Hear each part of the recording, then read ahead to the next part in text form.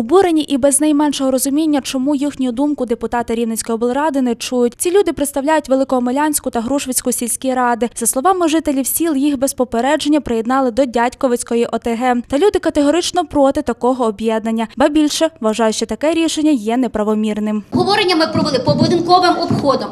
80% жителів села Велика Омеляна, села Вересневе і можу з певністю сказати села Грушвиця, Мартинівка, Дібрівка були проголосовані однозначно про об'єднання Великоомелянську об'єднану територіальну громаду. Та ні звернення представників сільських рад, ані їх аргументація не вплинула на позитивне рішення у зміні перспективного плану формування території громад області. Мешканців сіл депутати не підтримали. Я готовий написати до сесії сільської ради Грушвицької заяву про звільнення займаної посади.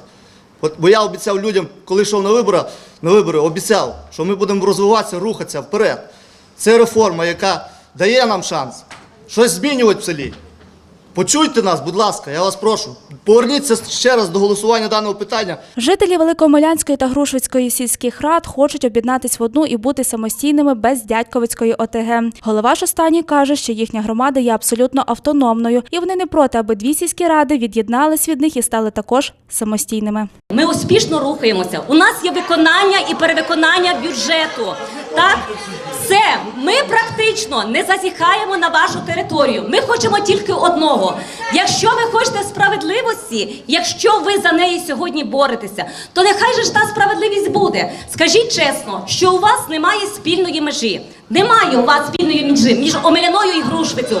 Але є прецедент. Такий, що в Україні створюються громади. Та все ж після бурхливих та емоційних обговорень депутати були непохитні і залишили попереднє рішення незмінним. Жителі Омеляни та Грушвиці пообіцяли, що це так просто не залишать і звернуться до суду. Катерина Сірук, Дмитро Мельничук. Випуск новин.